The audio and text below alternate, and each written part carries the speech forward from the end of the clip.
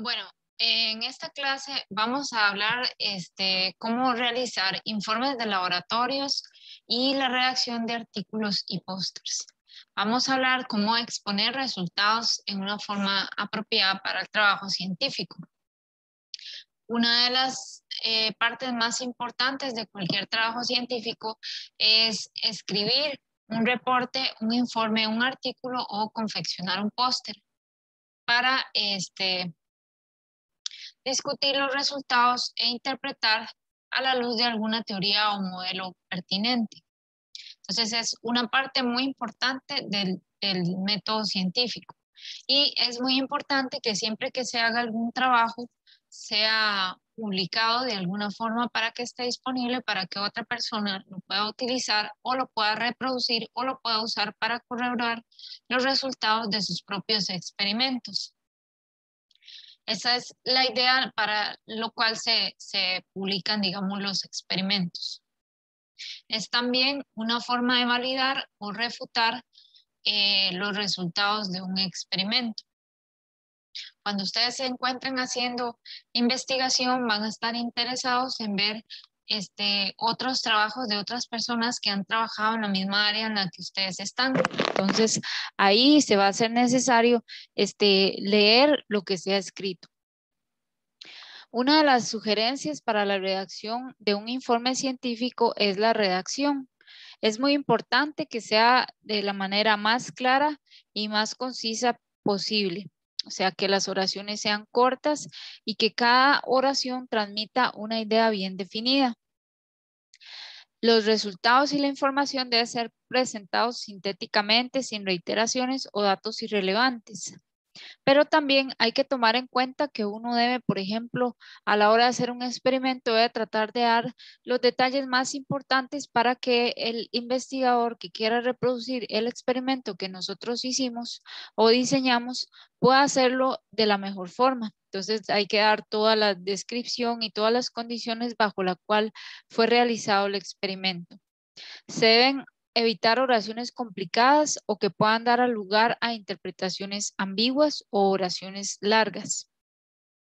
Si se introduce un nuevo concepto térmico que el autor considera importante y por razones de brevedad no será explicado, entonces debe introducir una referencia bibliográfica donde el lector interesado o desinformado pueda encontrar la explicación necesaria. Entonces, en todo artículo científico deben haber referencias que nos ayuden a comprender más a fondo, digamos, de lo que se trata el artículo. Entre las partes de un informe tenemos el título. El título debe llamar la atención de los lectores y se debe especificar con toda claridad el tema. Se debe evitar el uso de la palabra el o la como la primera palabra del título, porque cuando se busca, por ejemplo, yo quiero buscar algo sobre movimiento rectilíneo uniforme, yo no escribo el movimiento rectilíneo uniforme, sino escribo movimiento rectilíneo uniforme simplemente en el buscador. Entonces el uso de las palabras el o la también afecta cuando, por ejemplo, se ordenan alfabéticamente los resultados de una búsqueda. El título debe ser lo más atractivo posible y lo más específico que se pueda. Entonces, cuando ustedes estén haciendo, por ejemplo, el informe de su artículo final, de su reporte final, sus reportes de laboratorio, deben tener un título bastante específico. Por ejemplo, movimiento rectilíneo, estudio del movimiento rectilíneo uniforme utilizando Arduinos o uso de sensor de temperatura para comprobar la ley de Stefan Boltzmann, por ejemplo. En la introducción tiene varias partes. Una de ellas es la revisión de información existente acerca del tema, que puede ser un resumen histórico o bien un resumen de trabajos anteriores. Es también muy importante que se explique el modelo teórico simbolizado por las ecuaciones que hayamos empleado y cualquier suposición que limite la validez de las ecuaciones. Por ejemplo, nosotros decimos que estamos haciendo un experimento acerca de circuitos y de la ley de Ohm. Entonces es bueno escribir, bueno, la ley de Ohm cumple la siguiente relación y es válida siempre y cuando la resistencia no cambie.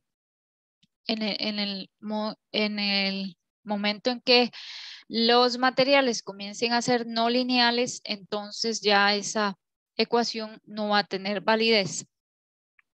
Ahora hay que eh, poner para qué sirve, cuál es la relación entre toda la información que nosotros damos en la introducción y nuestro experimento. ¿Cuál es la relación entre ambas cosas? Y luego, al final, ponemos un resumen de la intención del experimento, qué es lo que queremos medir y demostrar.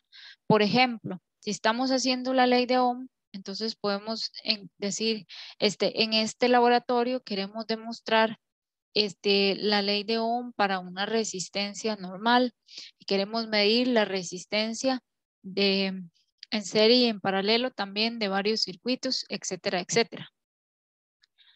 O, por ejemplo, en este laboratorio, mediante el uso de tubos de gases, vamos a medir las líneas espectrales de los diferentes gases con un espectrómetro casero. Ahora, en el procedimiento debemos hacer todo un bosquejo del procedimiento con todos los detalles de las mediciones y los pasos que se siguieron para realizar todas las medidas. Debe contener todos los detalles necesarios para lograr la medición y anotar cualquier riesgo o dificultad en el proceso. Por ejemplo, podemos decir, bueno, es necesario que se use un multímetro que tenga tal y tal sensibilidad para poder medir estos voltajes que son muy pequeños, por ejemplo. Y es muy importante que incluyan diagramas, fotografías de los aparatos que usan en los experimentos. Estos son de mucha ayuda para el lector. También es bueno, por ejemplo, si usamos Arduinos, poner fotos de las conexiones para que otra persona que lo vea lo pueda reproducir con facilidad. Después tenemos una parte muy importante que son los resultados. Estos se pueden presentar en forma de tablas o gráficos cuando son muchos datos. Y los mismos deben identificarse con encabezado que incluya la información de los datos contenidos en la tabla o figura. A veces las personas no le ponen título a los ejes de los gráficos, entonces uno se queda pensando, bueno, ¿qué unidades es esto? ¿O qué cantidad es esto? ¿Cómo se habrá medido? Y así sucesivamente. Entonces es mejor que siempre nosotros aclaremos las unidades en los gráficos y que venga toda la especificación acerca del gráfico, de qué se trata el gráfico y si se puede un poco más de detalles. Como siempre, todos los resultados deben ir acompañados por su incertidumbre y también en los resultados, en la sección de resultados, debemos describir el tipo de incertidumbre, si esa es estadística o el otro tipo de incertidumbre instrumental. Y si es en el caso de que sea una incertidumbre estadística, debemos especificar el número de mediciones. Se realizaron 30 mediciones de la velocidad de este carrito y nos dio 8,6 metros por segundo. Por ejemplo, más o menos 0,5 metros por segundo.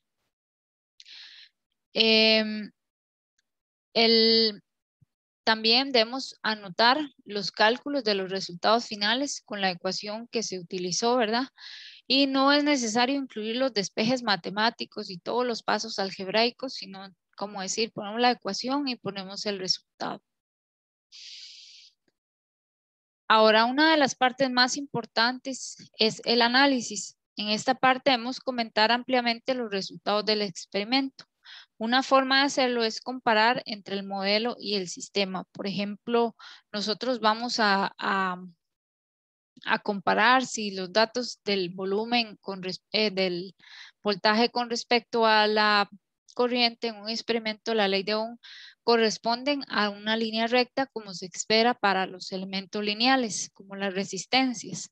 Entonces, si no fue una línea recta, nosotros debemos tratar de explicar cuál es la causa de que no haya coincidido el modelo con el sistema. También hay que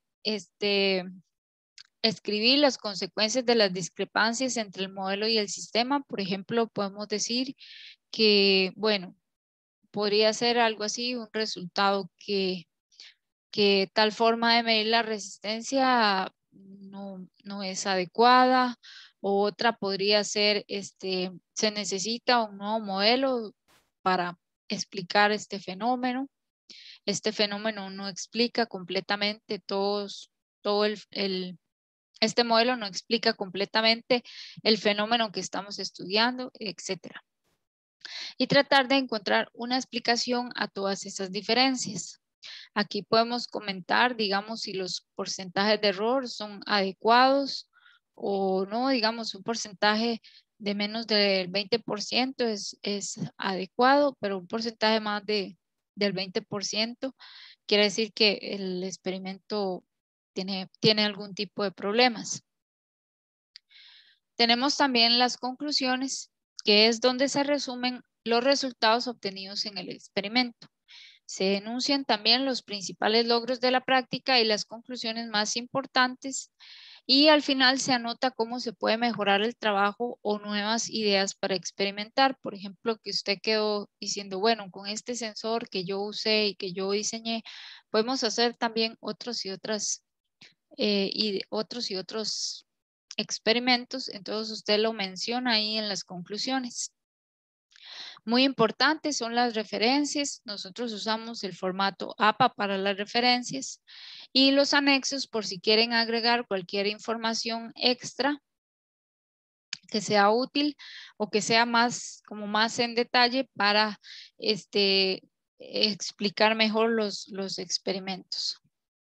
Entonces, estas son las partes de un informe. Nosotros también vamos a construir un póster. Un póster lleva más o menos las mismas partes, pero el póster es más breve, y se trata de hacerlo visualmente atractivo, que los colores, las figuras sean más llamativas y sean más atractivas para el que lo ve. Un póster tiene que capturar la atención inmediata a la persona que lo observa, y es como las mismas partes del informe, pero más sintetizadas. Gracias.